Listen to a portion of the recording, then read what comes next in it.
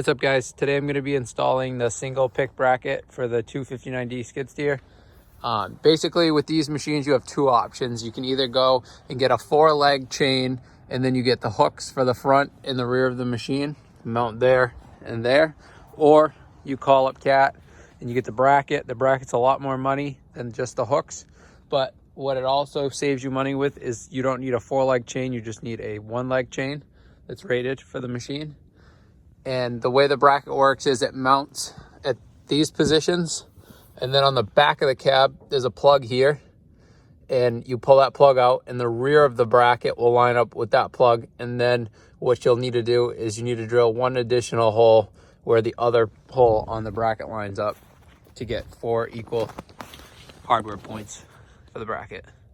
You can get this whole printout, and basically they show you the whole expansion of the bracket. Gives you all your required tools to install it, and then it shows you, if you didn't believe me, on the front of the cab lining up with the existing hardware. Then on the rear of the cab, the back of the bracket lines up with that existing hole, and then what it leaves you with is the additional hole to drill. So, and I was questioning that because my salesman thought, you know, with the FOPs and the ROPs at the cab, you're not supposed to weld or drill or anything on them, but this is what they have you do. And then you need all the specific hardware. These are tapered to fit into the bracket, so you need all this, and I'll show you guys how this all goes together.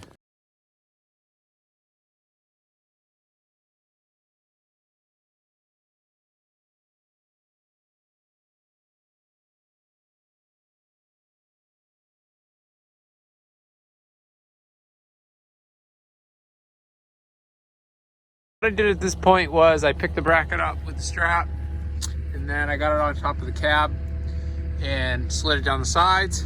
And what you have to do here is that each corner of the pick gets a plate and a shim. The shim goes tightest to the cab, the plate goes up against the bracket, and then I just started both sides on the hardware in the first 2 positions, and then I'm just gonna lower the back in place and I'll secure the rest of the hardware.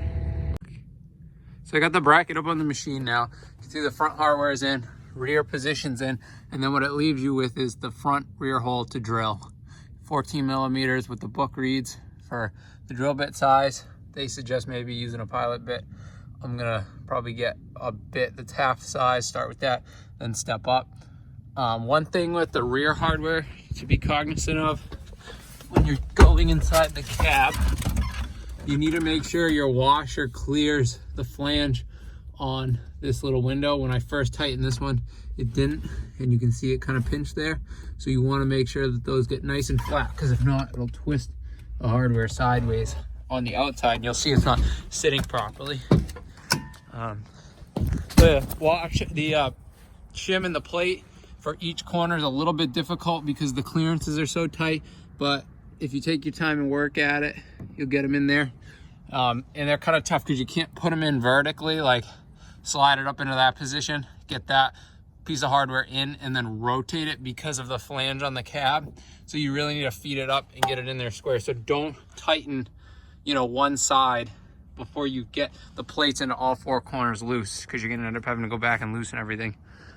So I'm gonna go get what I need for a bit to drill the cab.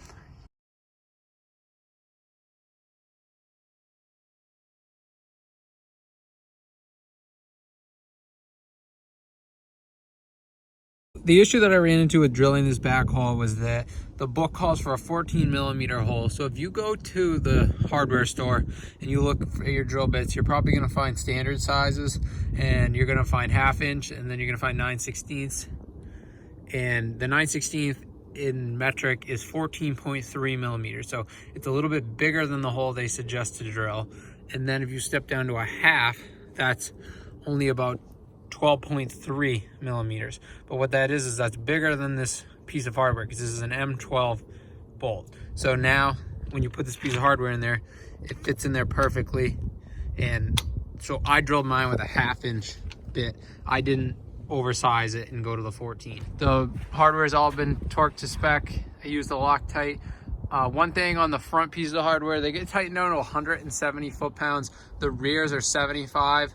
So on the front ones, it's such a high torque rating. I would suggest getting some hex bits that are designed for impact, because I have these, I think they're pronounced Nieko.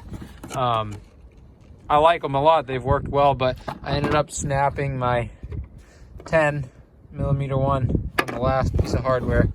One thing too is for the torque, I only have this one torque wrench, and it's got a 1/2 inch drive, and then my bits, these are 3/8, so I had to use a reducer, so I had that extra length on there, so that could have been a part of it as well. I took a minute as well just to bring the skid steer up to the big machine, and I test fitted with a chain to see what length I thought would make the most sense for my setup.